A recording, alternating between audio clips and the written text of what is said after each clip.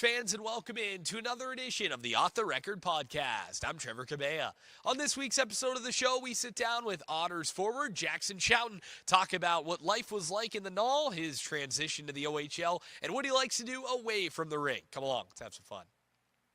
Well, we're here with one of the newest Erie Otters, making his OHL debut at the age of 20. Yeah. It's the Sheriff, Jackson Schouten. Jackson, thanks so much for joining us on the podcast. Of course. Thanks for having me. Absolutely. Great to have you on the show. It's been good to have you here in Erie. And I guess let's start off with first impressions of the EIA and of the Erie crowd and what you've liked so far about the flagship city. Oh, I love it. I mean, it's amazing. The stadium's amazing. The fans are just even better. I mean, I went to the museum the other day with a few of the guys. It was pretty cool. See all the fans sign autographs. But, yeah, the city's really nice. Yeah, pretty cool. And, again, not too far from home. That's got to help out as well. So let's jump into your hockey career a little bit. Growing up in the Rochester area, what got you involved with the game of hockey? And why hockey and not basketball? Well, my dad played hockey growing up his whole life, so I kind of just took over with him. But he was a goalie, though. He didn't want to make us any goalies, which is interesting. My brother, he's not a goalie either. But, yeah, I think just from him. No basketball in the family at all. I don't like basketball at all. I'm not a fan of it. I'm not really – I called a bunch of basketball in college, but, and I actually kind of fell in love with it from there. But, if there's one sport I don't really watch, it's probably that. Yeah, so, I'm not going to sit on the couch and turn on basketball. That's for sure. No. Yeah, it's definitely not my sport of choice either. I mean, getting great athletes. We used to have a G League team here years back, played here. The court is still in the building. They had it out on the concourse over on the other side there. So that's pretty cool. Yeah, but those games were a lot of fun growing up. But yeah, it's I don't know, not my thing. But of course, so you get started.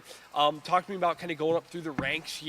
Grinding your way to ending up in junior. Yeah, I mean, I first started out my juniors was in North Iowa.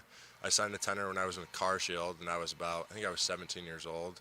And then right when I signed it, I went up and played there. I actually scored in my first game. It was kind of crazy. I was like, oh, this is pretty interesting. And then I was there for the rest of the year, and then I went there the following 2 years. And then last year, and I think it was around middle of the year on my birthday, like January-ish, I got traded to Rochester back at home. So then from there, it's just been lived at home, played for juniors there. So let's talk about North Iowa. What's life like there? And Rochester's at least, a pretty solid sized city, right? There's enough to do, probably a little bit bigger than Erie. Yeah. What's life like in North Iowa? Boy. It's such a small town. I mean, there's not many people at all. Everyone goes to the games there, though, which is kind of nice. We had a nice stadium. It was in the mall, but I mean, super small, though. Super in small the mall. Town. How did that work out? It was so it used to be old J.C. Penney's, I think. Okay. And so they took out the whole roof of it and then built it up and then built a whole stadium inside of it. That's actually kind of sick. Yeah, that's pretty cool though. Yeah, a lot of fans, which is nice, but yeah, not as big as this though. I'd say. It's probably just a lower bowl of this. Okay, yeah. I guess the closest thing in the OHL is Guelph is attached to a mall. Okay. The Really? rink there. Yeah, that's so pretty cool. We'll be there at time of recording. We'll be there in a couple of days. But yeah, it's so there's the rink and then the mall is kind of like an offshoot. So where the dressing room is there, if you just take a left, you're literally just in the mall. Yeah, that's what it sort of was there. Yeah, it's kind of a cool weird thing, but it's a really unique facility, and you obviously getting the Memorial Cup coming up next year as well. But you get the call to be traded to Rochester, to be going home. I imagine that had to be a lot of excitement for you and your family. Yeah, my mom and dad were really happy. I mean, because they had to drive 16 hours or fly just to see me play every once in a while. They came maybe once or twice a year to North Iowa, but then when they're in Rochester, they come everywhere. But when I got the call, it actually took a little while. It took 2 weeks to go through because North Iowa didn't really want to get rid of me. But I was like, all right. So. That's not a bad feeling either. No, I know, yeah. But then it finally went through, and I was so happy. I'm living at home with my family and everything. And I have a bunch of buddies that were on Rochester, too, and they're still there. So, but yeah, it was great to come home. Absolutely. Sure, So talk to me about that league. Obviously, a little bit of a different playing style. Yeah. You mentioned the facilities. What are some of the key differences that jump out to you when it comes to the NUL and the OHL? Definitely the pace. I mean, the pace here is way faster, and the IQ definitely is a lot. But I mean, juniors, I don't know. It's physical, but it's not as physical as here. I think everything here is just a step, I would say a few steps higher than I would be there. But Yeah, and obviously with that, just kind of a different. Is the style of game any different? I know talking to Garrett Fraser, of course, former Otter, he was dealt. He had played in every junior league there was. So he's like, so the USHL's like this, and the NUL is like this. Yeah, and then, I think the NUL is definitely grittier. Yeah. Like, it's a lot more, like, it's physical, and it's just, like, everyone's beat up on each other. But, I mean, here it's just, like, you have your guys that do everything. Like, it's just a mix of every lead together, and it's just everyone's just good at what they do. You mentioned the gritty part. Is that where the 238 pins last Yeah, year between two clubs definitely, that allow for that to be the case? Now, I was talking to Ritter a little bit about how the penalty scale, though, is a little different, right, than the OHL when you do get into a fight? Yeah, you get in a fight, you get a 15-minute, which is kind of crazy. I mean, that just racks up it's the just, total. Yeah, I mean, every fight, so you get in like 5 fights a year, that's a lot of penalty minutes. Yeah. But, yeah. And then suspensions as well. Like, every time you get in a fight, like, I think you don't have many there, and then it's just doubled each game. So, I mean, you're just more penalty minutes on penalty minutes. It's crazy. A lot of so again, those penalty minutes, yes, it's a big number, but they add up pretty quick. Yeah, they do add up quick. Like, they won't add up as fast here, obviously. Yeah. But, like, and obviously with that, I mean, your game obviously speaks for itself, the physical nature of it. How did that kind of play in that league, obviously, with, kind of the style being less flashy, if you will? Yeah, I think it fit in pretty good, honestly. Like, especially in North Iowa, I think the Central Division from the East Division is a lot different. Like, the East Division's a little more skilled, I would say, but then you would find your physical guys as well. But then in the Central, it's pretty physical, like, and skilled at the same time. But, I mean, it fit in really good. And I think I learned a lot of that in North Iowa when I was younger. When I first got there, like, I wasn't super physical. And then after I found, like, a few bigger guys, they're like, yeah, like, you're a bigger guy, so you just got to be physical and just play your game. So that's where I got it from. So from there, you learn to be, obviously, the physical guy, the guy not afraid to drop the gloves. And obviously, with that in that league, were you a guy that nobody wanted to mess with? I can imagine, It was, I mean, when I first got there, I think my first fight, I had a cage fight, actually. Wow. Yeah, it was kind of crazy. So would you just got to take the helmet off? Or we kept it on. We just took one glove off, like our punching glove we kept on, and then we just grabbed on with our hand that was off. And then we just throw. But it was kind of interesting. And then from there, I think I liked it. So just became part of your game. Yeah. How's your parents feel about that? My dad's like, he's just like, don't get beat up. But Yeah. I mean, then my mom's just like, my mom doesn't like it at all. She I doesn't can want me imagine. getting hurt. But I mean, yeah. Hey, but you got to do what you got to do to earn a Exactly, roster spot, right? Yeah. And obviously, I imagine aspirations of playing pro hockey. Yeah. And look, that plays, especially in this day and age. I feel like with the amount of skill that's in the game of hockey, like a guy like yourself. Yeah. Never know, man, where that skill, that willingness can take you, right? And obviously, it certainly brings the crowd to the feet as well. Is there a memory with dropping the gloves in the null that really sticks out with you? I don't know about, like, memory. I mean, I know there was a Divine fight. That was, like, when I was in North Iowa. He was in the South Division, and then we both got traded to the East Division, and then that was a whole, like, build-up.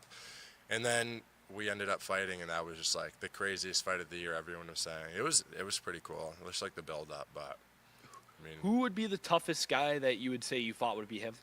The toughest guy, like, in the null? Yeah. I don't know. I don't think he would have been the toughest guy, no. No? No, I don't know really who would be. Like, I didn't really struggle with anyone, to be honest. Yeah, you just. Yeah, but, like, yeah. Hey, that's. Definitely what happened in London, though. That guy's Sokolovsky. Yeah, he's definitely the toughest guy I've ever He's fought. a big dude, yeah, too. I'd like that one back Yeah. for sure. Hey, 9,000 people, though. Yeah. Hey, it was pretty cool, but. Yeah. So, obviously, the opportunity arises to come here to Erie. Talk to me a little bit about getting that phone call and knowing that you would have the opportunity to kind of take your game to the next level here. Yeah, I was actually picking up my brother from school when I got a call from my advisor, and he's like, Erie would like to pick you up. And I was like, all right, yeah, let's do it. Because I wasn't sure on Rochester. Like, we weren't, like they were doing good, but, like, it just wasn't for me anymore, I would say, there. But, I mean, I loved it there, but, I mean, just then I got the opportunity, and then I was like, all right, like, yeah, we should probably do it. You'd almost, like, conquered that level, if you will, right? Like, you're ready to take just, that like, next step. I think I needed more physicality and more, like not skill, I wouldn't say. Not more skill, obviously, but just, like, a different style of game. And I think the OHL fits it perfect for, like, the size, obviously. There's a lot more bigger guys in this league, which is great, than rather, like, the smaller guys that just skate around the whole time, stick handling. Yeah. But, yeah. Type of guy that, if they do that and you catch them, look out, right? Yeah. But exactly. no, obviously, you make the jump, you fit in the first 2 games. I know we talked about, the speed, jumping out right away. What are some of the other things that, when you took the ice for the first time in Sarnia, or even took in the game the night before in Windsor, and then head to London, what was that like, and kind of understanding, okay, this is what I'm in for here in this league? I think when I first went out for morning skate on Windsor's ice, and I've never seen the stadium before, and I looked up and it was just like unbelievable, and the ice was crazy. And then once the game got going, like when they took the ice, all the fans there was like, holy smokes, like this is a lot to take in. It's pretty cool. But yeah, then when you got to Sarnia, I mean, Sarnia has a good stadium as well, a lot of fans, it's loud, but I just love all the fans and the stands and everything. Pretty cool. Loud. That's imagine what part of the 3 highest attended games that you've ever played? Oh, 100%. I think London would be the most I've ever played in front of, for sure. And then especially me squaring up, Fighting Center Ice, I was just shaking. I was like, this is crazy. So let's get into that. So I had noticed you just kind of patrolling the red line in warm-ups. Is that just that's a staple of your game? Right? Yeah, I mean, I always stick handle up and down the red line, just do it. And then I was talking to a few of the guys before the game. They're like, yeah, they had this really big guy in their team. And I'm like, oh, all right, let's do it. That's I might as well do it, right? It would be pretty cool. We're in London, and then I see him in warm-ups. I'm like, holy smokes, this guy's big. I've never seen a guy this big before. And this is coming from somebody who stands 6'7". Exactly, you're not a small guy. Yeah. And then I was like, all right, well, I don't know, he might not be that strong. And then we agreed to fight, and then we got out for a shift, and then I actually stayed out in the D zone. And then we talked, and we were like, all right, we can go. And then once we grabbed on, he was the strongest guy that's ever grabbed onto me before. And it was just it was crazy, though. Yeah, 'cause it seemed like off the draw, he just kind of gave you a little stick tap. And you just turned around, was like, all right, let's do it. Let's go, this is not. And it was just incredible to see you guys from the D zone work all the way out to center ice, everybody on their feet. It was surreal. It was almost like a movie, right? Yeah, it was crazy. I can only imagine being on the ice it was with, in the Coliseum, if you will, in that moment, right? So he grabs on, you got the crowd to your feet. What's the adrenaline like? What's that moment like for you? And again, with that many people, I can imagine that's got to play a little bit mentally. Yeah, I mean, at first I'm like, all right, I just got to throw. So I just threw, and then I don't know, I kind of just held my body out there, not knowing how good of a fighter. That obviously that was my first OHL fight. So the null, I would say the fights are a lot not as hard. There's not as many tough guys, but then here it's you'll find a tough guy no matter how old they are. I mean, that kid's young. I give him props, for sure. He's a really good fighter. So then he just got me with a good one, but. Yeah, I'd like it back, though, so maybe we'll get it back on the 31st. Yeah. There you my go. My birthday, so we'll see. Oh, no, that would be pretty cool. Especially cool. That game is always one of the higher attended games of the year, if not the highest. Really? So it's going to be a big crowd special here. Night? It's a Star Wars night. We always kind of get London usually on a Saturday in the second half, and obviously it's a great rivalry. 2 teams that so much history against each other, especially looking back in the playoffs. So Erie, London, and I'm sure you've heard Erie's rendition of Neil Diamond's Sweet Caroline. So you'll hear that. But yeah, that night should be pretty packed pretty here. Cool. I can't wait. So again, get it back on home ice. Come on. Right? Yeah, we'll go center ice again, hopefully. That would be pretty sweet. So obviously, and then you got a chance to do it again with was it Brown the other night against Windsor? Windsor. Kind of the second opportunity. Doing it at home for the first time probably to feel pretty good. Oh yeah, I felt great. I mean, once we grabbed on, I kind of got a good feel for it, and then we just went at it. Yeah. Had to go. Yeah, I'd give you that one for sure. I'd say Yeah. you came on top. That one. Again, it's such a unique part of the game. It's something that makes this sport so awesome. Yeah. And, talking to other guys who have had that tendency, had that as part of their game, in their arsenal, if you will. Alex Messier, a guy comes to mind. He was with us last season. I had sat him down on the podcast, and he kind of walked me through, look, this is my mindset when I drop the gloves. There's guys that will sometimes just throw. Yeah. There's guys that will be kind of more cerebral, more technical. Where would you put yourself in that category? I think when I first got here, I was a guy that would just grab on and just go. Just because I was always the bigger guy in the fight. I was like, all right, let's just go. I feel like I could always get the top. But then once I learned, obviously in London, I'm like, all right, and then I started to learn some stuff, obviously, and then the second fight, really grab on and just, hold them out there and just, look away. And then you just find your openings, and then, But, I mean, you'll find your guys, so you could just you both just throw haymakers at each other. And that's always a fun one. So That's always, I would say, probably the most fun for the fan, right? Yeah. but not really fun for you when you're taking. Yeah, all no, of them, probably not. Yeah, you'll be feeling that one the yeah, next day. But yeah, it was interesting because he had said, look, I take boxing lessons. Like I work through, with certain guys. Like I never had thought of it that way. Like that there were guys that would be coaching you up on this stuff and making sure that you're prepared. Like it's such a unique part of the game, but to have that sort of approach to it is fascinating. Yeah. I mean, I've never done boxing before, but I really I want to do the UFC stuff. Okay. Really that clicks a button in my mind for sure. Like UFC would be pretty That'd cool. be crazy. You get kicked, punched, but you could use everything in your body. Yeah, it seems pretty cool. I mean, boxing you can't kick, obviously. Yeah. You choke out, but I like the UFC stuff for sure. That'd be maybe a little post hockey maybe we'll journey see. for you. I don't know how old how older guys that typically get into. It depends. I mean, they have the lower rankings, then you have to work your way up. Yeah. Yeah. There's some young guys in there, and then older guys. I think it's all a mixture of ages. So you could probably get into it at any time, then, right? So that would be an interesting path to follow after playing. Hopefully, a long pro hockey career. Yeah. Hopefully, for sure. But man, it's so fascinating. But I know we've talked a lot about the fights. You do other stuff too. A lot of great opportunities. I thought to find the back of the net in the Sarnia game, especially. Talk to me about some of the other aspects of your game and what else other Erie fans can expect from you. I don't know. I work hard. I mean, once we're down, once we get in the ozone, we work them down below the red line and then just get pucks to the net. Obviously, crash that net. We're not looking for the fanciest play. Obviously, I'm not a skilled guy. I wouldn't say so.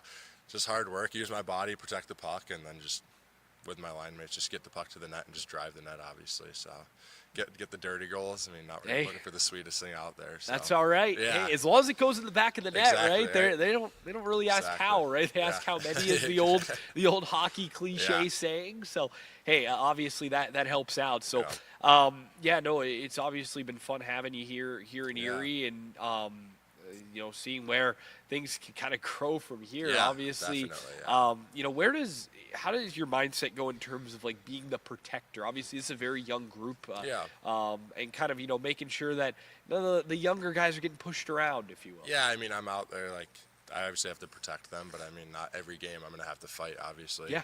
I mean, we have Ritter as well, so which is nice, but I'm there to protect them obviously as well. So I don't know. I mean, just when I'm out there each shift, just keep an eye on everything and just make sure no one's getting hurt out there. And if they do, then I got to go call up the sheriff. Yeah. That's what you got to do, right? So I also wanted to ask you too. It feels like, and again, this is just an observation, but your presence has allowed a guy like Jake Murray, who's also a pretty big kid. I've certainly noticed his physicality almost stepping up a little bit. I think your presence maybe has a little bit to do with that. Is he maybe a guy you've taken under your wing a little bit, or? I mean, not really. I think more now the guys are comfortable, they're being more physical because, I don't know, there's a guy here that'll protect them, I would say. I don't know how it was before when I was here, but I mean, it could be it. So, but yeah, Murray's a big guy. He obviously he can throw his body around. Big kid, but he's got some skill. Yeah, he's going to be a really good player in this league. Yeah, for sure. Yeah, he's young, so. Yeah, a lot of exciting stuff, and obviously for you as a 20-year-old, shame you won't be here to see the finished product. I know. But working with some of these younger guys and seeing how bright the future is here has to be pretty cool. Oh, yeah, it's amazing. I mean, there's a lot of skill on this team for sure. Hopefully something will happen in the next few years with Erie, and they'll go all the way. Another one of those hanging up there. Yes, wouldn't definitely. be so bad. That wouldn't be bad at all, Yeah, so. Absolutely. So, let's step away from the ice a little bit and chat a little bit about what you like to do away from the rink. What do those days in Rochester usually consist of? I work. I'm a big worker. So I drill wells. Really? And then I do pump work for the wells as well, yeah. And then, so my family business, we have one that's Schouten Roofing and Siding. Okay. All exterior work. And then I work for my girlfriend's dad's company, which is well drilling. So what does that consist of? Walk me through kind of a typical day in the life there. In when I was playing for Rochester as well, playing hockey, or in the summer? In the summer when you're working, drilling wells, what does that look like? Yeah, so I would wake up around, 6:30ish. All right, I'm already out. It is pretty early, yeah. I get ready, obviously, and then be out by the trucks for around 7 o'clock. Leave the shop around 7:30, 8ish, depending on when we have to be there.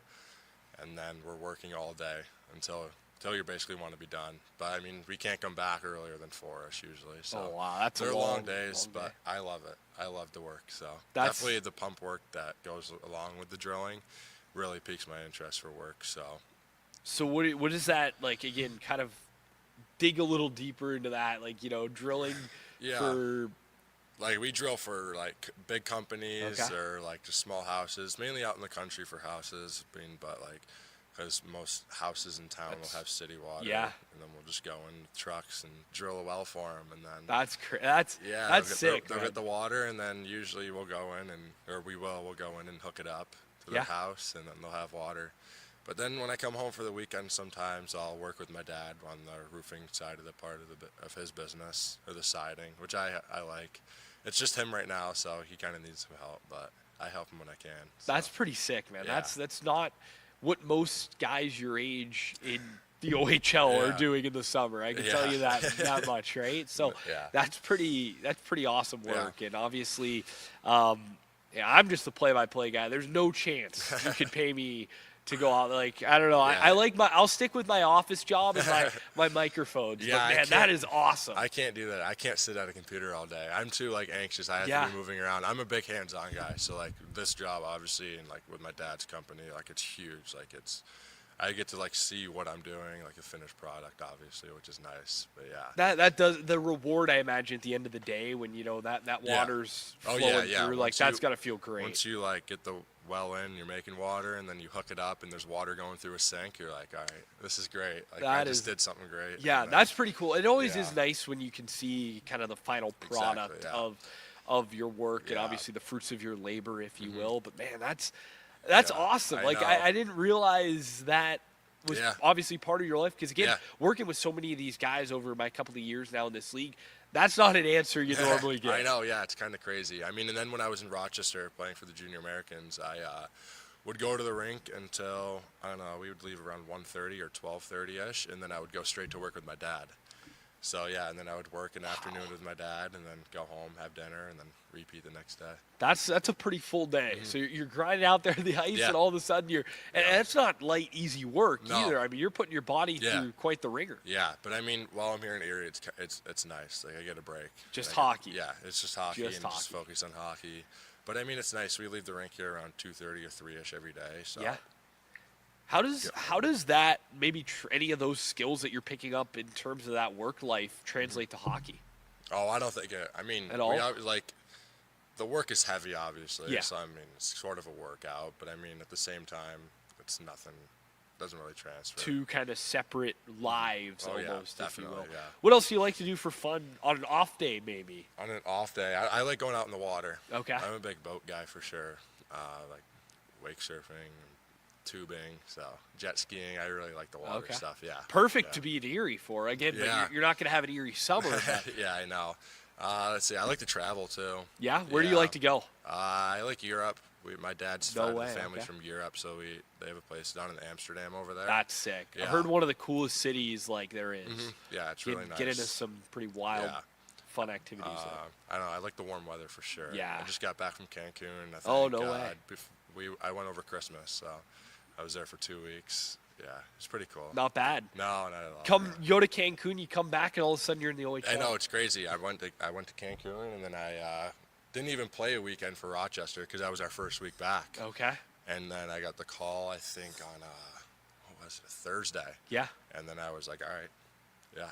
So that's how it happened. That's crazy. Perfect. Yeah. I mean, it's wild. Hey, I'm a big fan of traveling. I mean, you don't get into this line of work if you don't like to travel, because obviously it's such a big part of the job. But for me, it's like I'm traveling to all the games. I get to watch hockey for a living. I know. And then you come back in the summer. I'm a huge baseball guy, so I'm traveling all around the country. Yeah, I go do work with them? I do actually. Okay, so I work, I do some PA announcing and really? do some of their TV production on the side as well. That's so cool. yeah, I got a little part-time gig, and then huge Pittsburgh Pirates fan, so traveling around the country watching them play. So yeah, traveling is so cool. And again, for I'm 23, you're 20. I like to get this stuff done now, right? Because you never know what's gonna come up, right? Those memories, they never go away. They don't. That's what it's all about, right? Experiences you've had in Amsterdam, traveling halfway across the world.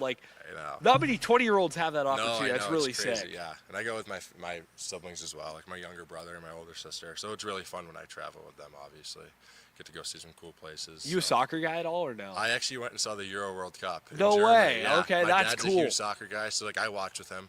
Yeah. So it was me, my dad, and my brother that went to the Euro World Cup. That's it was cool. pretty cool. That's We cool. saw, I'm watching that tournament all summer last year. Yeah, or it 2 was, summers ago. Yeah, Yeah. 2 summers. It was the craziest thing ever. I mean, Where did you go? Like what city? What stadium? it was Germany, so I forgot what stadium it was, but it was Slovakia versus England, I think. Oh no way! You Yeah. get to see England play Yeah, too. so I saw England, and then we were all around the England fans, and they were they're just screaming the whole that's time. It was cool. crazy. That is cool. I am a huge Manchester United fan. Oh, okay, so yeah. I'm planning on going to England next year to Yeah. go to a couple of games. Their So stadiums are insane. It's so I mean, it's cool. like 5 of these things Yeah. put together. yeah, It's insane. like Yeah. I obviously for me in the baseball and everything, seeing the different ballparks, but like I'm fascinated by stadiums. Yeah. Like it's such a unique thing and so cool. Like Ottawa in our league, for example, Yeah. so fascinating. Like it's Really? a football stadium where the hockey rink is built underneath the one Really? stand of the football stadium. So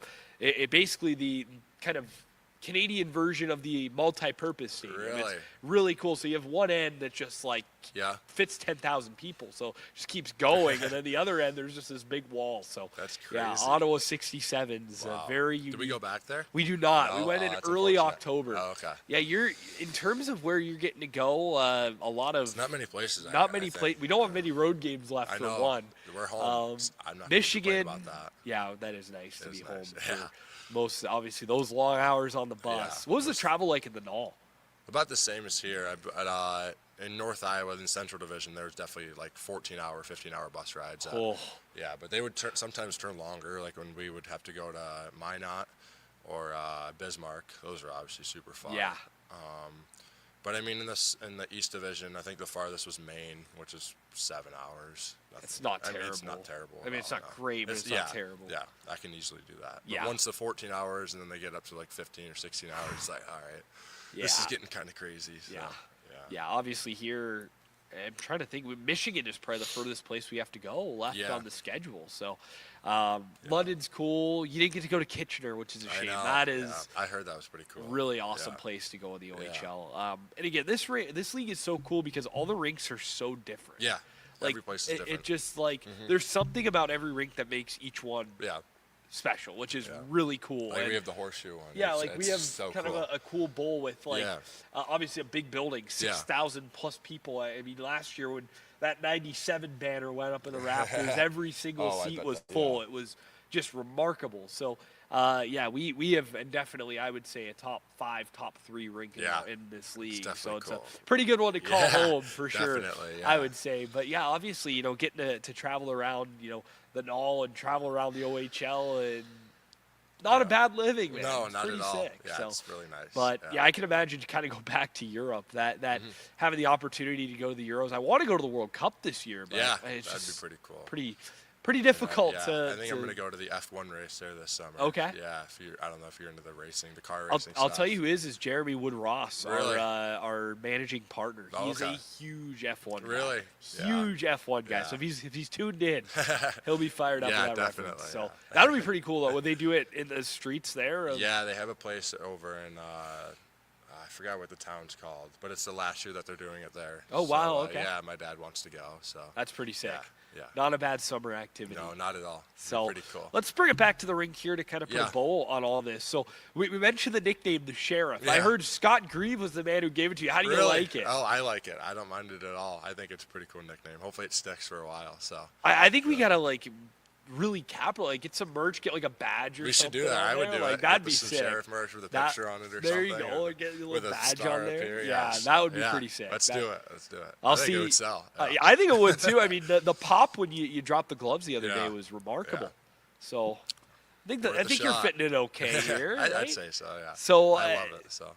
obviously, yeah, that's been a lot of fun. And, as you kind of look ahead, where do you see yourself in the next couple of years? Is it, battling to make it pro team? Is it, maybe go the college route? Obviously, at 20, what kind of sticks out to you? I mean, school wasn't really an option at all for like I obviously didn't really want to go to school, but now that I'm here, I think maybe if I did get the opportunity or if it's the right school, then I would obviously consider it, but I think the pro route it's more up there than the college route, but I mean, yeah, I definitely want to play pro for sure. Yeah, So, that'd be pretty sick. Obviously, having that opportunity to play at that level, and again, your game would, especially in certain leagues, Yeah. your game would certainly fit in like a glove Exactly, there, and yeah. obviously being able to play that type of style Yeah.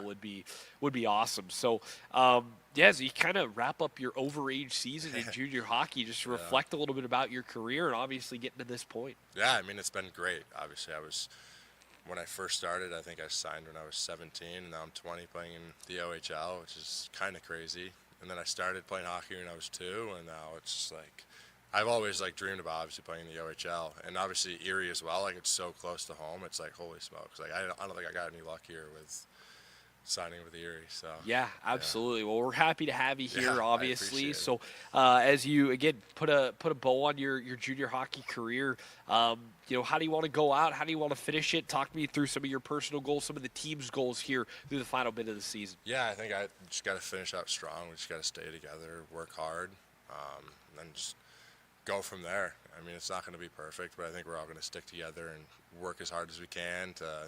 Everyone plays their own role and does everything what they can do, then good things will happen, obviously. So, yeah. And then, obviously, for me, I hopefully I have a good ending to the season, keep playing great, and then see what happens next year.